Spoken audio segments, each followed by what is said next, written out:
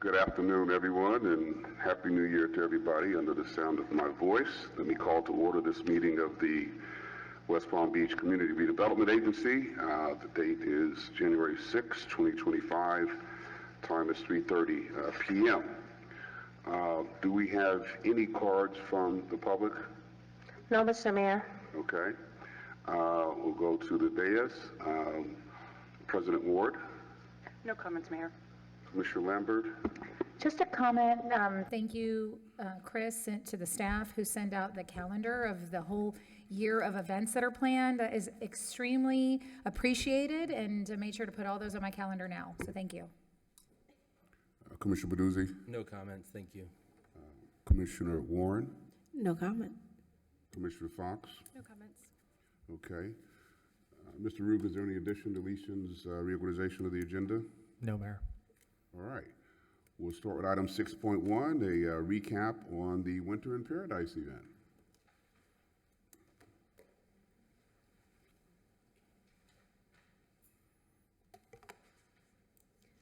Good afternoon, Mayor, Commissioners, and City Secretary, and Ms. Kim. How are y'all?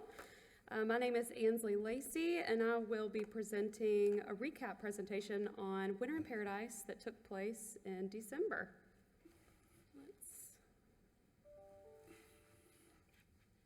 All right.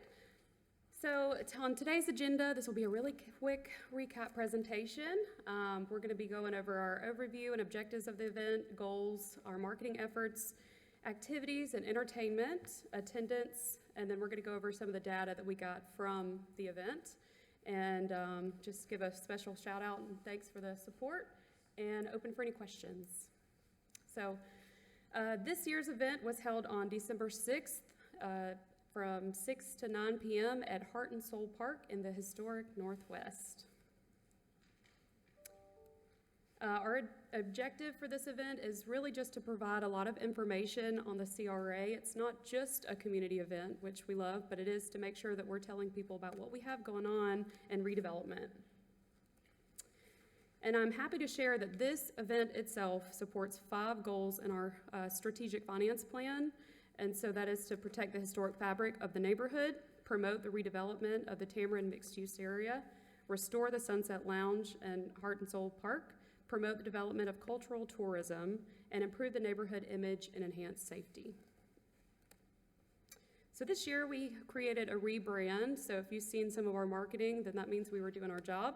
So we rebranded, created a website, just tried to get a new audience that could participate, and we were very excited to be able to share that on the mayor's newsletter to over 36,000 people. So thank you for the city team that helped us put that information out. And then we sent out direct mailers to everyone in the 33401 area code. So if you received that in the mail, that's good.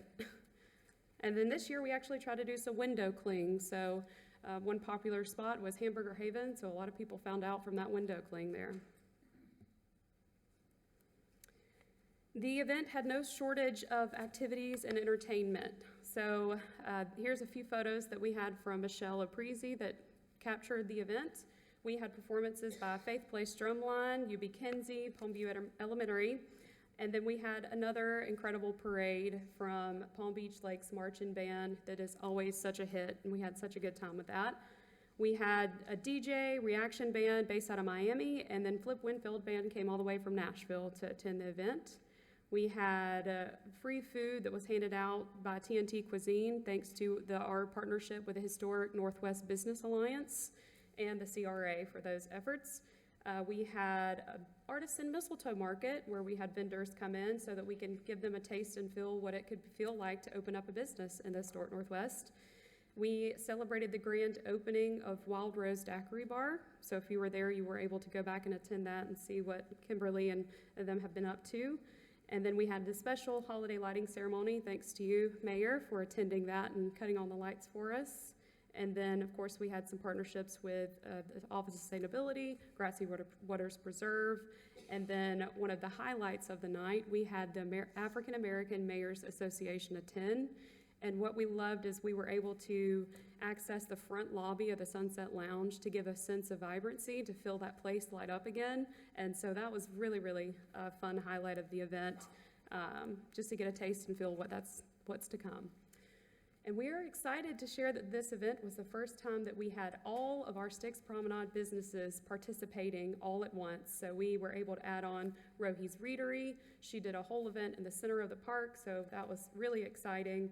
And then we had Serene Beauty Suite. This was her first event in the Historic Northwest, and they had a great time. So really excited to see what's to come for those businesses when we can share a grand opening for those. The CRA tent, we really decked out the tent to make sure that people were visiting, and we ran out of everything. So I think we did a good job of disseminating information there. And thanks to our team that helped putting those bags together and talking to folks, we were able to hand out surveys and participation for anybody that came by the tent. We gave them swag bags that had all kind of information on our grants and ways that they can get involved and our projects, and then meal tickets for anybody that signed up for our newsletter. Thank you to Tanya and Rose Trolley. They provided us some tracking. It was a request last year, I think, that Chris came up with just to see where are people coming and going. So Tanya was able to provide us with these stats from Rose Trolley that they provided 178 rides for this event. She tracked that for us, that there were only a few in the parking garages, and then 81, a lot of kids just from around the areas, even to Pleasant City. They were just wanting rides to and from the event. And then we had about 27 calls, she said, for residents and family members to be picked up. And then she gave locations of where, right along the area of the Historic Northwest. And then she let us know that once they were leaving, they were going to go see Sandy and go downtown. So it was really nice to be able to track that information for the first time. The big question every year is how many people attended. So we wanted to show how much the event's grown in the past few years. In 2022, 350. And then 2023, we had 900 total estimated attendees. And this year we estimated 1,500 people in the Historic Northwest at Heart and Soul Park. So now I'm going to ambitiously make a goal of 2,000 for this year. So one question I think that Commissioner Fox asked a few years ago is, when we have all these people at these events, what are we asking? What are we getting? What information are we seeing? So we did get a lot of responses on some of this data that I just wanted to show you. The age range is pretty open. I do want to mention that the majority were people in their 30s. Now, this doesn't encompass all of the children, because there were a ton of children. We just didn't ask them to do the survey. So we had a good mixture of people attending. This event has historically been a community event of people in the 33401 area code, but we did see a high increase of first-timers. So if you look at the graph here, you can see that a big chunk of folks were people that were coming for the first time. So I think that's something to be said, because that was part of our marketing efforts too. We asked why they don't visit if they're not visiting more than once a quarter, once a month, and this was some of the data that we received. So the majority of people told us it was location. So at our next event, we kind of want to dive into that and understand what that means for everyone.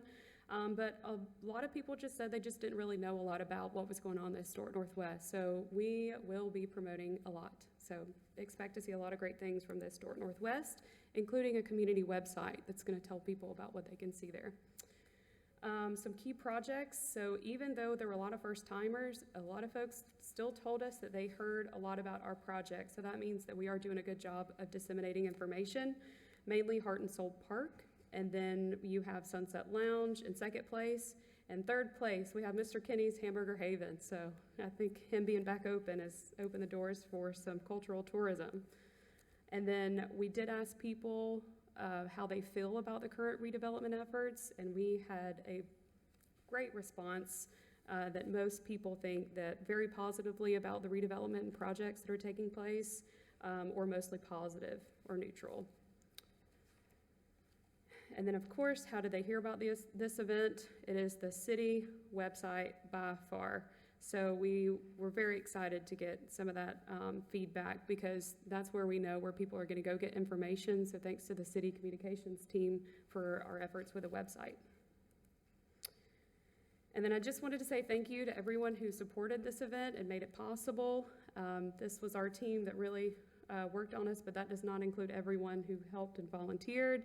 And then thank you, Commissioner Fox and Mayor, for attending this event, and our Board of Directors for supporting, and Chris and the whole team. Just wanted to give a shout out to you guys. And the Business Alliance have worked up with us on that too. But other than that, I'll open for any questions, concerns. Thank you for that presentation, and let me just say it was so exciting to see all those people in Heart and Soul Park.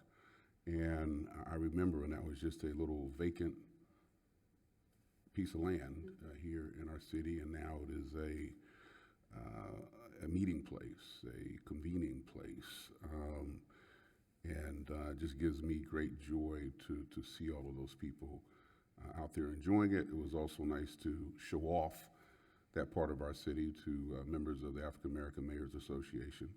And so great job, great job. Thank and it's you. great to see the numbers, and I support your desire to get it up to 2,000 next year. Thank you. Everyone hear that. We're all going to support it next year. Yes, Thank you. Yes. Any comments, commissioners? Commissioner Lambert? I just wanted to say thank you as well for your efforts in the marketing. I mean, I had written down a question that, it sounded like you did great marketing, but what did that equate to? And you clearly demonstrated that. And also I'm excited to hear that we've learned from that promotion and what that can do for a singular event. And so let's work on that throughout the city so that we can draw more people to this area throughout the rest of the year as well. So thank you. The other thing was, from these photos, and I'm sorry I wasn't able to attend, but it looked like we have even upped our level of quality of this event. And I'm so pleased to see that, because it is something that these neighborhoods, the rest of the city, and our community can be proud of. So thank you. Thank you. Commissioner Fox? Thank you. I just wanted to say again, it was such an outstanding event. Congratulations. I know a lot of it is because of the hard work that you put into it, Ansley, and taking everything personally that you want to see it more successful year after year. And so I really appreciate it. To everyone on the CRA team, I know you don't get enough thanks for all the hard work that goes into these events that makes it look like it was so easy to just put it together. And I know you're probably already planning for the next one. So great job. I loved being at the event. I loved being able to see all of the small businesses that we've been working with who have had an extra chance to get in front of new eyes at these events, and really spotlighting the work that they're doing as well. So I really appreciate all you're doing, and thank you. Look forward to the next one. Thank you. Thank you. Very good. Any other questions, comments? Fantastic. Thank you so much. Thank you. Item 7.1, consent calendar. I'll entertain a motion. Mayor, I move approval of the items on consent. It's been moved. Is there a second? Second. Been moved and seconded. Discussion. Hearing none. All those in favor of the motion say aye. Aye. All those opposed, like sign. Motion carries unanimously. Item 8.1, resolution number 24-65, authorizing the conveyance of the property at 610 Douglas Avenue to Neighborhood Renaissance, Inc. for the construction and rehabilitation of 6 historic frame vernacular houses for affordable housing. Good afternoon, Chair and board members. I'm Elise Lifton, Real Estate Manager with CRA. I'm here to present Resolution 24-65. I'll go over the site overview, the history, the timeline, and any recommendations and questions. So here's the site overview, and the 610 Douglas is highlighted with the star. Douglas Avenue. And then you have Tamarin Avenue on the west and Sapodilla Avenue on the right. It's 0.1446 acres. There's 6 structures, and they're going to be historically rehabilitated for affordable housing units. Here's the site plan over there, and here's some pictures of the units. So some history. In May of 2024, notice to dispose was published, and we did receive 2 proposals. In July of 2024, Neighborhood Renaissance, was presented to the board and authorizing the conveyance agreement for 6 vernacular units to affordable housing, which 2 bedrooms, approximately 3,500 square feet. The sale price is going to not exceed $160,000 based on 80% AMI. And upon the certificate of completion of the project, CRA is going to be donating the land and provide a development subsidy in the amount of $467,153. On the right side, we've estimated a project cost. Acquisition cost is $51,785. Rehabilitation cost is $480,000. Site improvements, $50,000, and a contingency of $58,178 for a total estimated cost of $639,963. So the timeline of this project is Neighborhood Renaissance will commence the construction drawings upon the approval and execution of the conveyance agreement. The commencement of construction will occur from the issuance, 45 days from the issuance of the master building permit. The closing dates of the deed shall be no later than 30 calendar days from the date the master building permit is issued, and we estimate the completion of construction 24 months out from the closing date and the certificate of completion. The project has achieved goal number 1 for the Northwest historic Northwest neighborhood, which is to protect the historic fabric of the neighborhood and improve a heavily blighted area. And CRA recommends approval of Resolution 24-65. Any questions, concerns, comments? Thank you for that presentation. Any questions, board members? Commissioner Peduzzi? Remind me, is Neighborhood Renaissance, that's a not-for-profit that does this type of work in our community, correct? That's correct. Thank you. Any other questions or comments? All right, hearing none, I will entertain a motion. Mayor, I move to approve resolution number 24-65. Second. It's been moved and seconded. Discussion? Hearing none, all those in favor of the motion say aye. Aye. All those opposed, like sign. Hearing no opposition, motion carries unanimously. Thank you. Item 8.2, resolution number 25-1, authorizing the sale and purchase of real property located at 925 7th Street from Vanita H. Roberts for a purchase price of $200,000.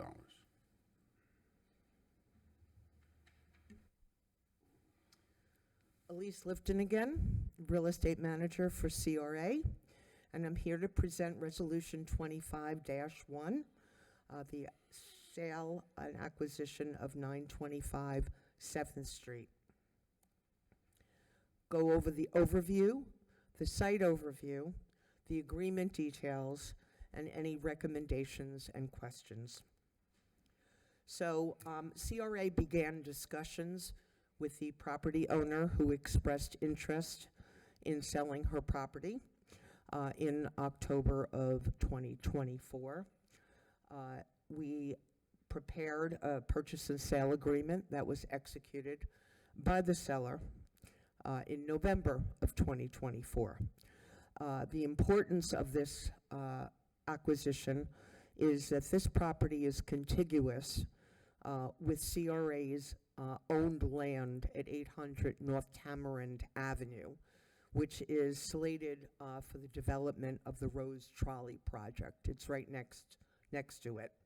So this is a very vital part of the revitalization and redevelopment of the blighted areas within the city. This is the site overview. So the star is 925 7th Street, which is vacant land, and our property, CRA's property, is 800 North Tamarind Avenue, which is right here, next door.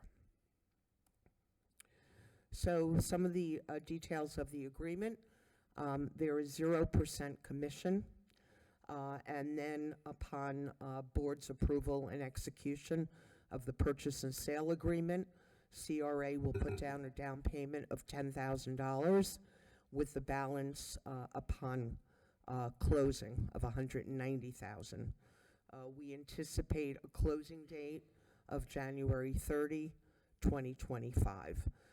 Upon the final title commitments, approved survey, and CRA has agreed to pay for the closing cost fees, title search, lien search fees, and the recording of the deed.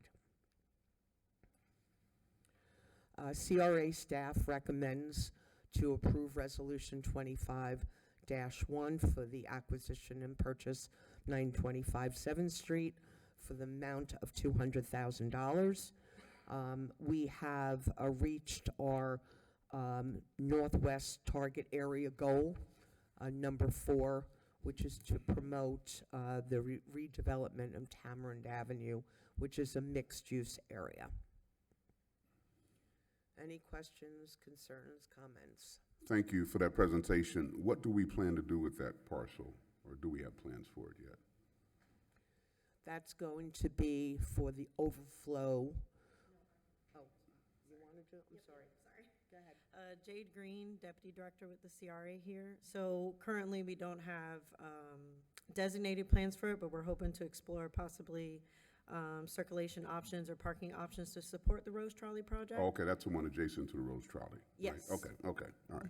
Very good. Any questions, Commissioner Baduzzi? Thank you, Mayor. So this is a vacant piece of property, correct? Correct. And approximately how large is it? Is it just a single lot, or is it, how big's the property? Approximately. Do you have the lot size, Gina? Go ahead, Gina. Just approximately, is it? Project manager, Historic Northwest. It's around 7,500 square feet, about 50 by 140.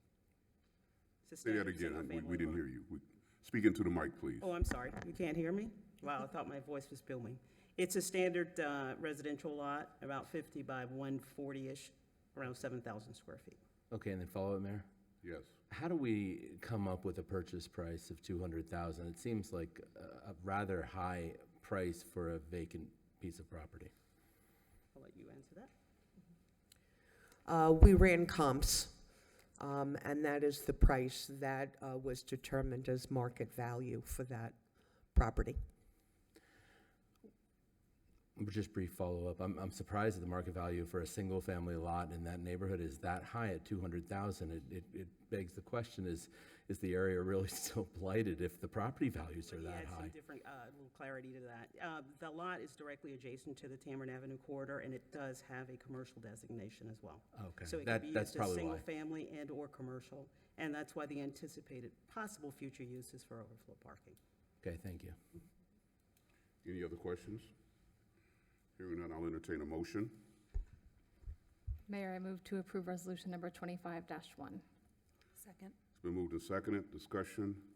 Hearing none, all those in favor of the motion say aye. Aye. All those opposed, like sign. Hearing no opposition, motion carries unanimously. Thank you.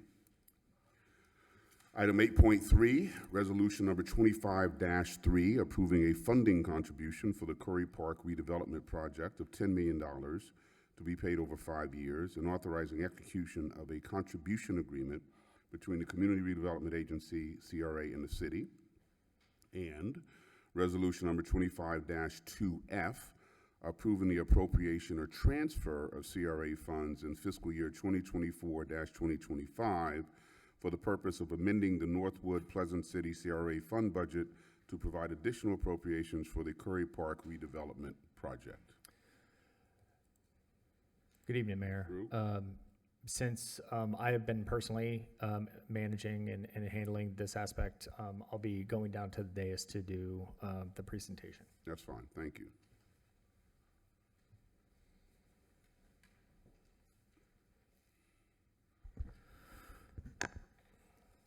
Chris Rug, Executive Director of the West Palm Beach Community Redevelopment Agency. And this is very exciting to bring forward to you all this evening, as this is a big step forward in moving the Curry Park project to its proposed finality, which is a wonderful park that the city can enjoy.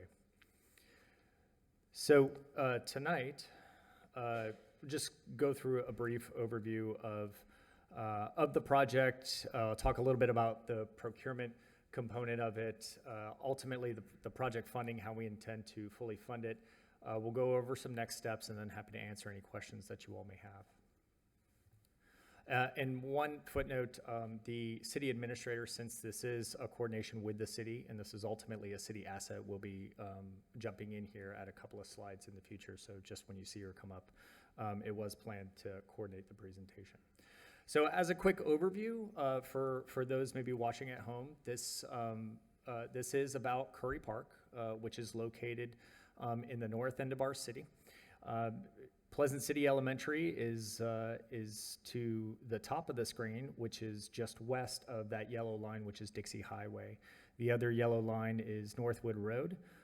The two stars indicate existing public parks that are near the area. Joel Daves is just at that intersection where the two yellow lines meet, and then of course Blum Park is just just west of the Pleasant City Elementary. A couple of other projects that are currently underway around the Curry Park area: Park West Apartments, which recently received its certificate of completion and is now leased by Neil Kozakov. That was actually a project that the CRA contributed and participated in, as well as Olera, which is one of the major new projects that's coming online, and they have also made a commitment to contribute to Curry Park in the future once that project is complete. So the big surrounding area that is adjacent to the water is Curry Park, which is approximately 12 acres in size. And just as a quick overview, this is the concept plan that was approved by the board, and it reflects quite a bit of community engagement. Some of the things that it includes, and I'm not going to go over all of them, but it does include, doesn't make any changes to MLK, but it does include some multi-use paths, pickleball, which I know is very, very popular right now, kayak launches, the boat launches will stay, a lot of social settings, places for events, so on and so forth, as well as a resiliency hub and ultimately some type of cafe that can be included at a future date. So really quite a spectacular project that is planned. The playground alone is about 1 acre in size. And this is the project as it has been bidded and designed to date. So a couple of other elements that just to be aware of that has happened. Of course, this was a big component of the parks bond that was issued back in 2020.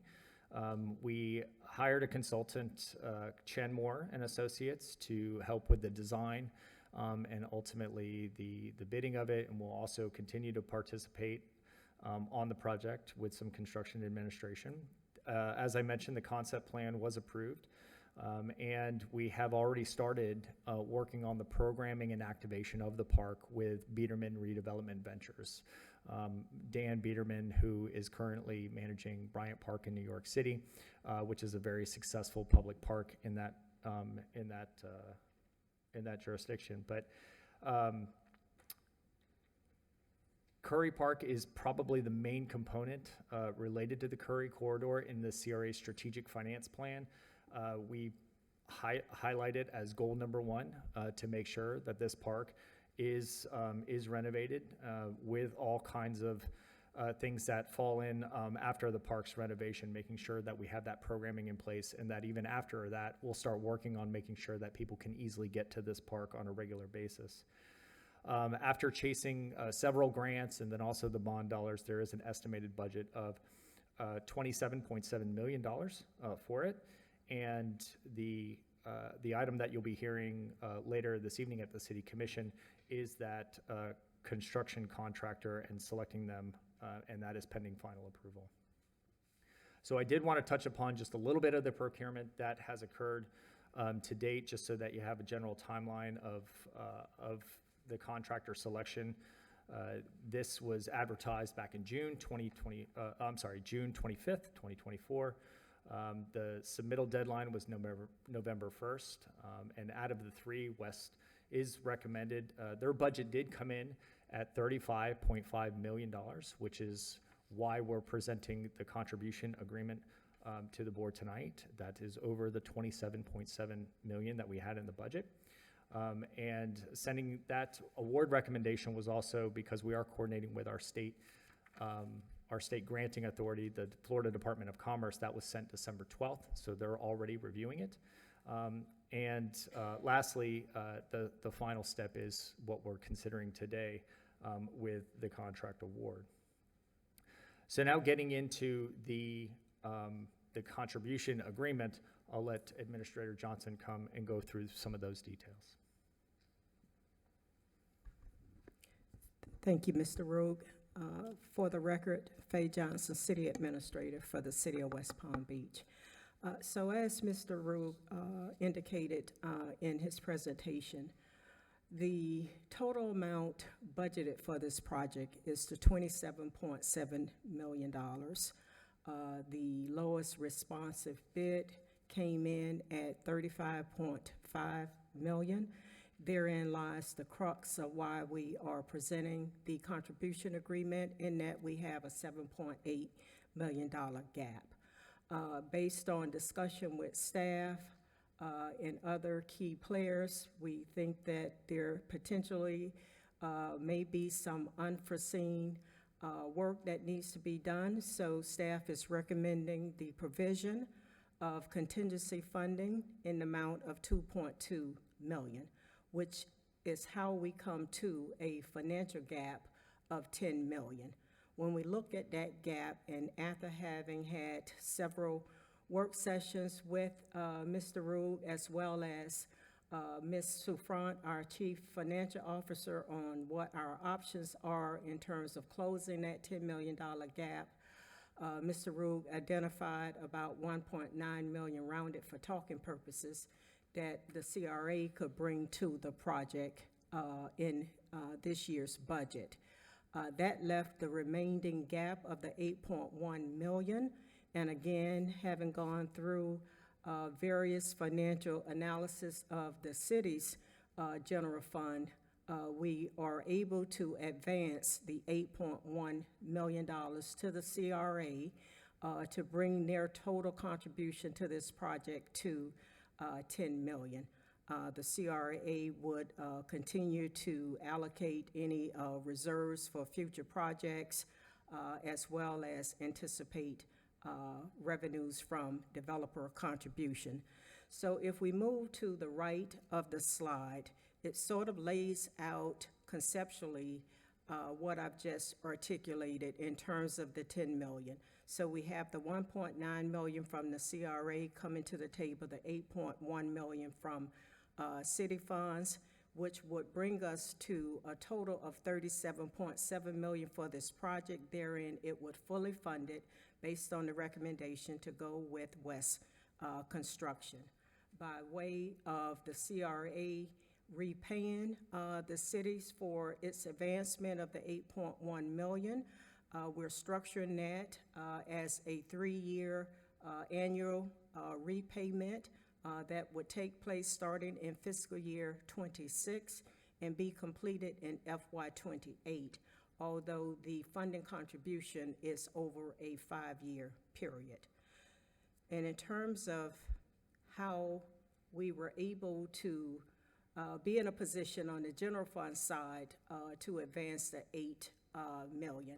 When we look at what we have done by way of restructuring our finances and getting a better handle on how we forecast and plan finances here in the city, we put a couple of new financial practices, best practices in place. In 2023, the board approved $5 million to start a fund that would address repairs and upgrades to various cities' facilities.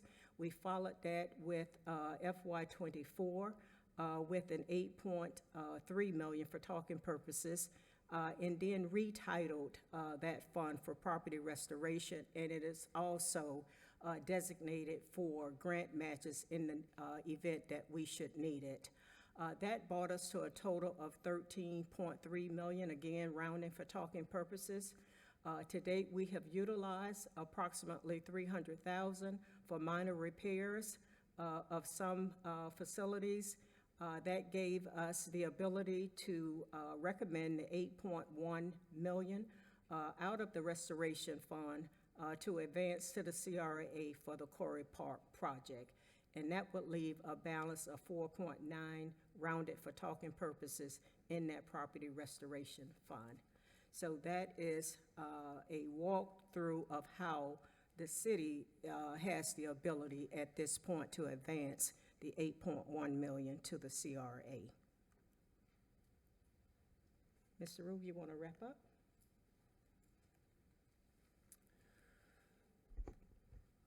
Christopher Roog, Executive Director of CRA.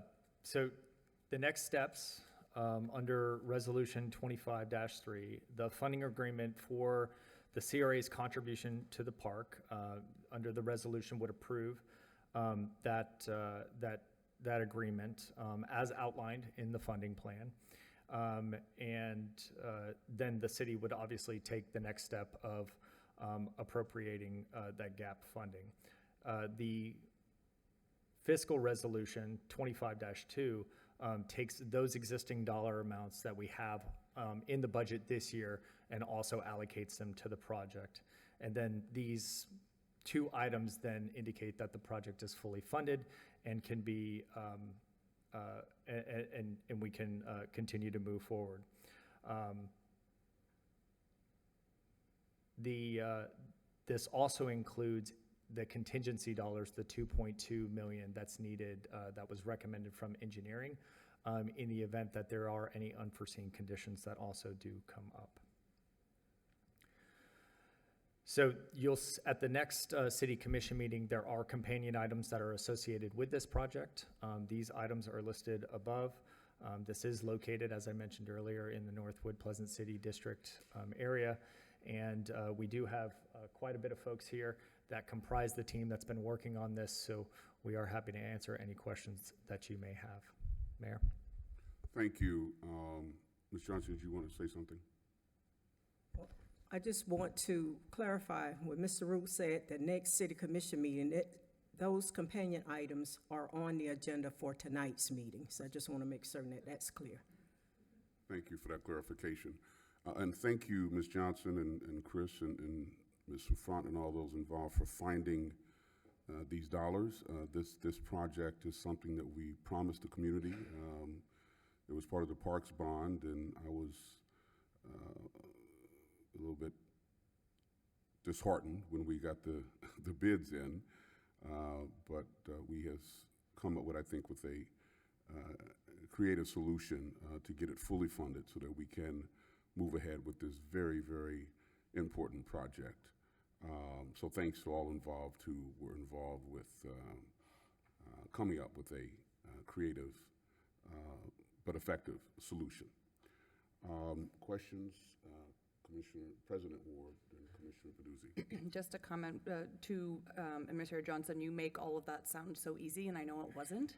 So thank you so much, because I agree, Mayor, and thank you for pushing them to find the money, because it was really disheartening to hear that. And then you guys pulling all together in multiple departments to figure it out so that we can get this thing going is just, staff has been doing a fantastic job on this. And I think being a part of this for so long, there hasn't been a week that I don't think, Chris, you and I have talked about Curry Park since I became a commissioner. And, there's so many departments involved, and I don't think people realize that. You have engineering, planning, CRA, administration, mayors. There's just so much that goes into a park this big, but it's going to be a revitalization project. I think when people travel around the world, they see things like this and they're catalyst moments, and I'm just excited for this catalyst moment in the North End. So thank you so much. I'm really appreciative. Commissioner Peduzzi. Thank you, Mayor. Just a quick question about the logistics of how this is going to occur. This funding agreement that we're considering tonight, anticipates the selection of West Construction by this body sitting as a city commission later this evening. I assume that we're going to have an open discussion, like we always do with everything, as to the best contractor for this project. But this funding seems to only anticipate one selection of the lowest bidder. What would happen, and I'm not suggesting that it will happen, but are we going to be free to discuss whether this is the best contractor, and what would happen if we were to choose the number 2? Would we have to come back, or are we locked in by voting for this now?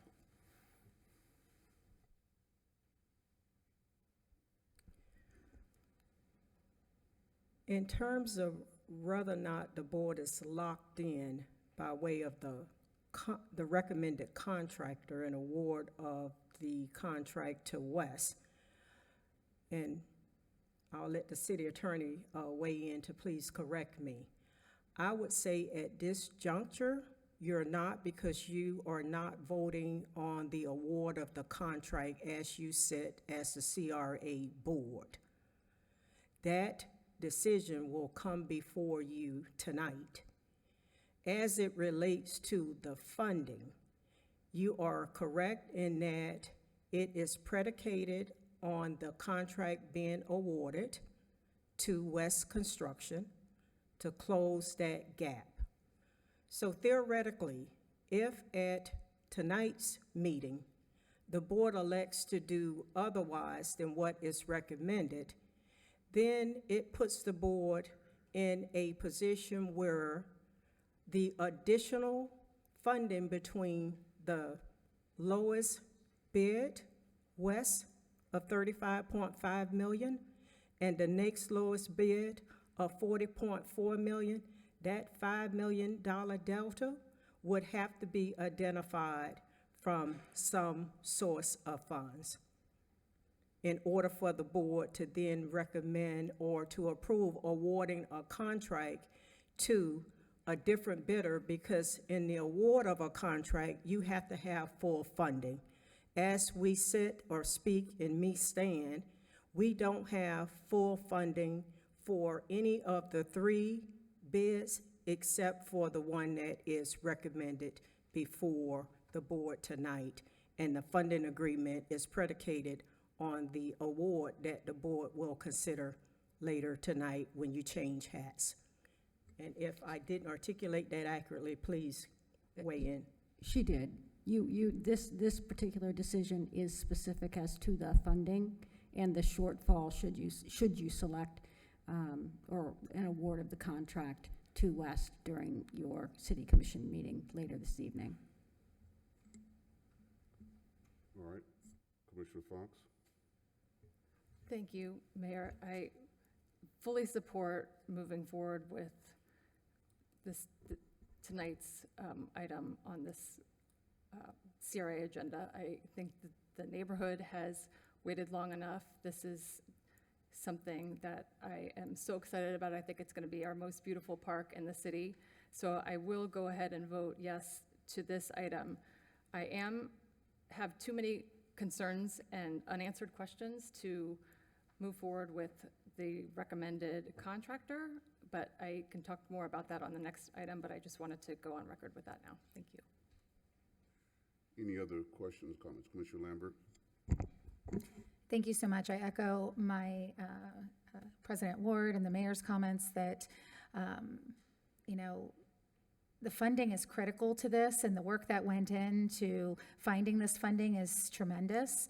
I recall the countless community meetings that we had, the amazing celebrations that we had when we were receiving all of these grants, and to know that we're almost there, and to be able to provide this gap funding, I think is a great step. I do just want to confirm 2 things that I believe that we discussed and that I have a good understanding of. But one is that with this funding agreement, there is 0 interest that's being charged or requested from the city to the CRA. Is that correct? That is correct, and I want to add a footnote to the major reason for advancing it as a zero-interest advancement. The CRA, as we walk through a number of financial scenarios, the CRA had some ability to go to the private sector, lending institutions to borrow, but that repayment would come with debt service, and it essentially would wipe out the CRA budget. We didn't think that it was financially feasible to put the CRA in a position to have to borrow the gap funding, incur debt service, and then have its hands tied for the upcoming 3 and maybe longer years.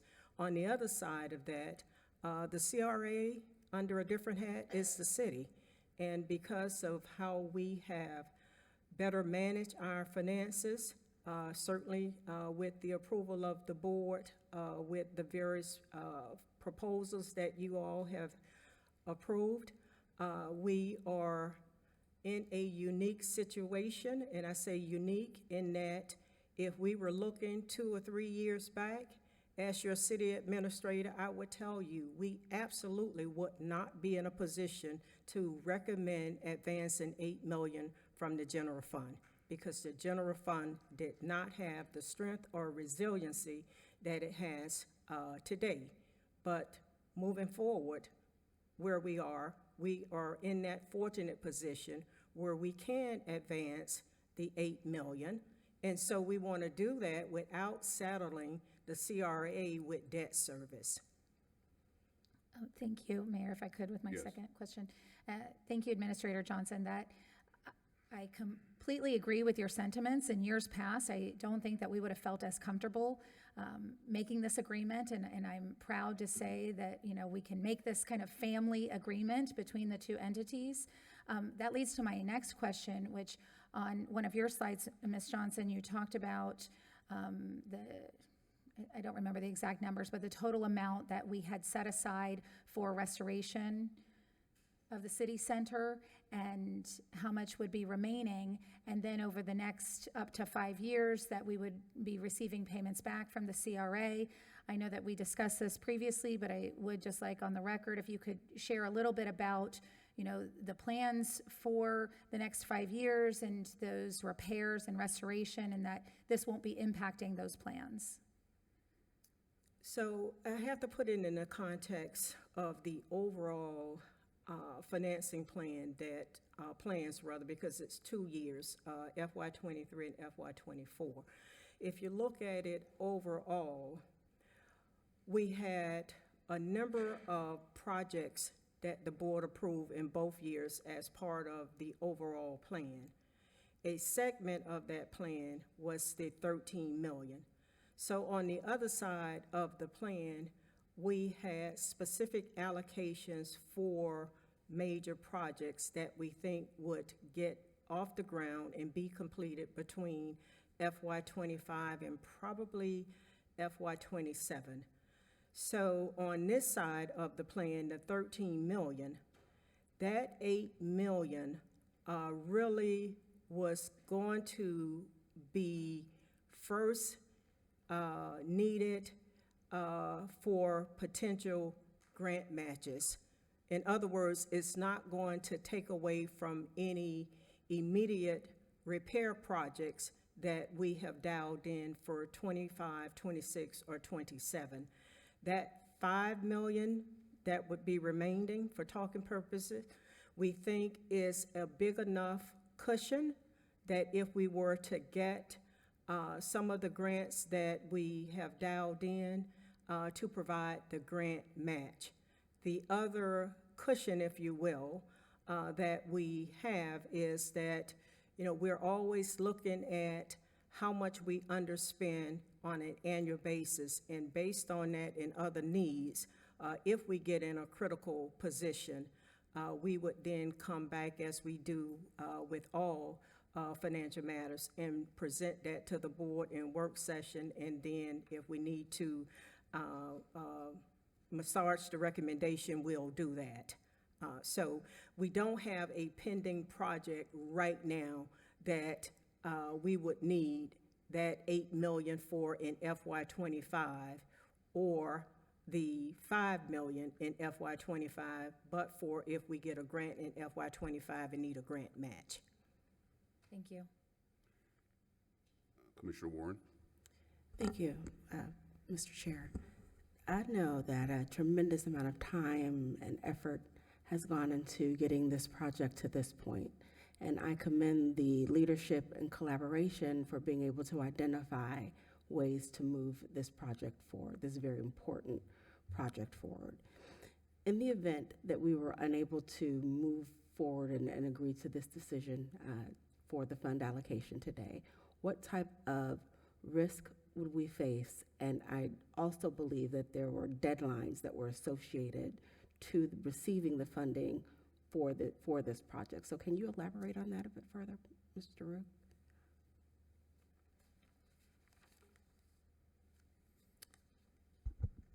Yes, Commissioner. So when we looked at, we keep tabs on all of our grant agreements, and according to the largest grant, I'll start with the largest one because it has the largest impact of $16.7 million. That has a deadline of June 2nd, 2026. So time is of the essence with this project in order to meet the deadlines. That's the latest one. We have some of the other ones that have earlier deadlines that we need to meet. So we are getting to a point where we need to execute now in order to meet these deadlines, in order to make sure that none of the grants are at risk. Let me add a footnote so that the board is clear here. While we have that June 2026 deadline, we have to have the part of the project related to that 16 million substantially complete. I mean, so that goes to the point of time being of the essence. And theoretically, for whatever reasons, if we're not able to, move the project forward, I think there are a number of ramifications that typically come when you have a grant agreement with the federal or state agency. You are subject to repay that, and then it has an impact on your ability to secure future grants when you fail to meet the requirements of a grant that you are being required to repay. So those are some of the ramifications. What we don't want to have happen is to get in that situation and then see which one of those ramifications come to bear. If the city has to repay 16 million, that repayment is going to come from either the CRA and probably or the general fund. But City Attorney, if you want to add anything to that, feel free to. No, you have adequately set out the potential ramifications for default on the grant agreements. Those are what happens. Those are the things. Thank you. Can you also speak to the need to have in place full funding for a contract before it can be executed? Absolutely. Your procurement code requires that you have the funding in place and available before execution of a contract for that, for construction, service, and goods. So if there is a desire to move to another bidder with a higher price tag, before we can even bring that contract to this body for approval, we will have had to identify that delta. Correct. So you would have another presentation, potentially, or not, depending on whether or not funding could be identified, where those dollars would come from. You would have, again, the money put forth and allocated to the project, and then you would have the contract to approve. Which could lead to further delay. Amount. Correct? I'm sorry? Which could lead to further delay. Absolutely. Okay. Commissioner Baduzzi. Thank you, Mayor. And I can certainly appreciate the fact that time is of the essence. This is a project that we've wanted to see come to fruition for a long time, and I'm just right there with with my colleagues in wanting to see this thing happen, and I think it's going to be such a great addition to our city. What I'm just concerned about is that we have free and open discussion, that our discussion will be fruitful this afternoon, and that we're not just simply boxed into rubber stamping, you know, the low bidder because it's the low bidder, and not necessarily even having any conversation of the ability of this low bidder to complete the project or anything else with regard to the selection of that contractor.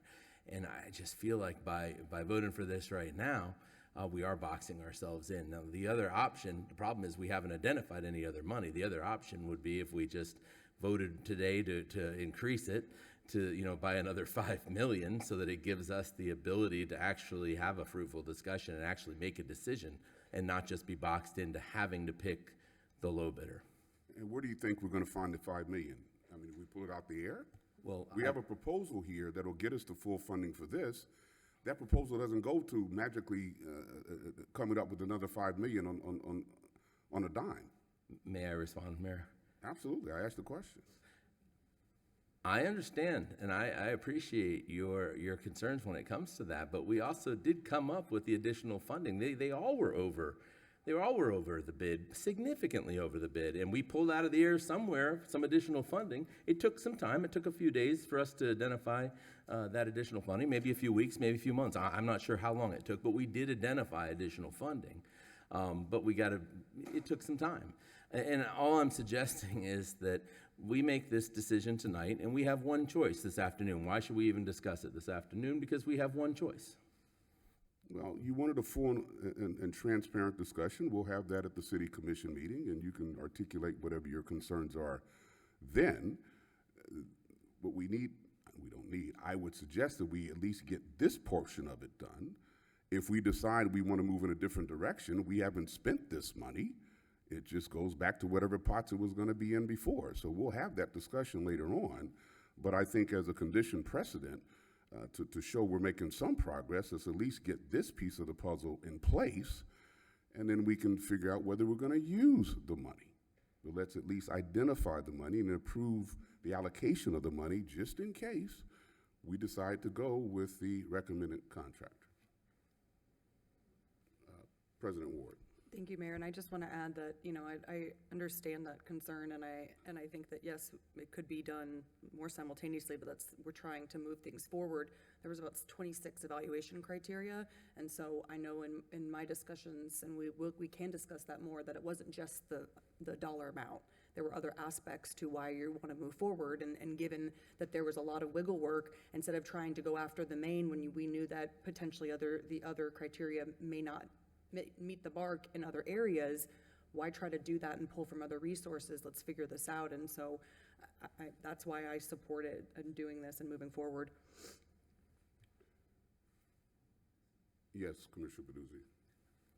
I will support this just so we could move the ball forward at this point. I really want this thing to happen. I just hope that we can also have a full and complete discussion this afternoon about whether this contractor that has been recommended by city staff is the best contractor, and it very well may be. I just want to be able to have that conversation.